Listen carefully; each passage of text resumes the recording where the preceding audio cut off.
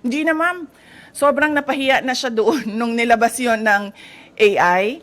I mean, nasaan na yung credibility mo as a service provider nung sinabi na ganyan yung negosyo mo. Hindi na yan ang galing sa amin, sir, ha? Hindi na kami nagsasalita kung anong mga panggigipit ang ginagawa sa amin. Tumatahimik na lang kami, yung mga kaalyado namin tumatahimik na lang. Para lang ipakita sa mga tao na kung anong ginagawa ng administrasyon. Puro politika, walang trabaho. Okay. Ma'am, there's a phone-in question here from the Billionaire News Channel. Comment lang po dun, they are asking your comment regarding dun sa report ng OpenAI, the mother company of ChatGPT, that the PR firm of the son of Yossi Tanco, a billionaire, is behind the anti-Sara Duterte post online using ChatGPT platform. And your comment, ma'am. Oo. Actually, hindi lang yung kay Tanco, no? Ang kumpanya na nagpapatakbo ng programs na anti-Sara Duterte online, anti-Duterte online, no? Meron pang mga ibang kumpanya na alam namin na ganun yung ginagawa nila at alam din namin na bayad sila. Kaya ako nagsasabi lagi, no, na yung ginagawa sa akin ay threats, harassment, and intended to disqualify me from the 2028 presidential elections. Kasi tulad niyan, tingnan nyo, noon may TRICOM ba ang tawag nun? Tawag nung hearing, Quadcom, tapos may TRICOM for fake news and for fake news, yes. May TRICOM na for fake news. Pero kung makikita nyo, ang mga tinawag nila doon ay mga lihitimong owners ng Facebook account using their freedom of speech and expression.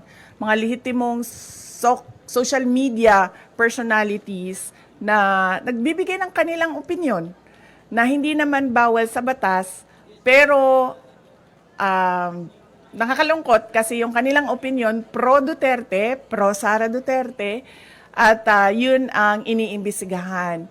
Pero ang mga tulad nito, mga kumpanya na ang negosyo nila ay gumagamit ng mga program para sirain ang pangalan ng isang tao, ay hindi man lang kahit isang beses tinawag doon sa TRICOM na investigation ng House of Representatives. So yan, nagpapakita na itong lahat ay ano lang talaga, politika at harassment sa mga kalaban sa politika ng administrasyon. Hindi na yan ang galing sa amin, sir, ha? Hindi na kami nagsasalita kung anong mga panggigipit ang ginagawa sa amin. Tumatahimik na lang kami, yung mga kaalyado namin tumatahimik na lang. Yan talaga, tulad nung pag-amin ng mga congressman na may natanggap silang pera, kapalit ang signature, yung nilabas ng OpenAI na isang kumpanya na involved sa paninirang puri ng mga tao, ay hindi galing sa amin. Galing na sa universe. So, para lang ipakita sa mga tao na kung anong ginagawa ng administrasyon. Puro politika, walang trabaho. At ngayon, gusto pang i-blame, no, sa akin ang bagsak na ekonomiya ng Pilipinas. Any follow-up there? Kat? Do you intend to file cases against that company? Hindi na ma'am. Sobrang napahiya na siya doon nung nilabas yon ng AI. I mean, nasaan na yung credibility mo as a service provider nung sinabi na ganyan yung negosyo mo. So, ano pang point na kasuhan ko siya? Nakakahiya na napahiya na siya doon sa nangyari. At nakita ng buong mundo yung kahihiyan na ginawa niya.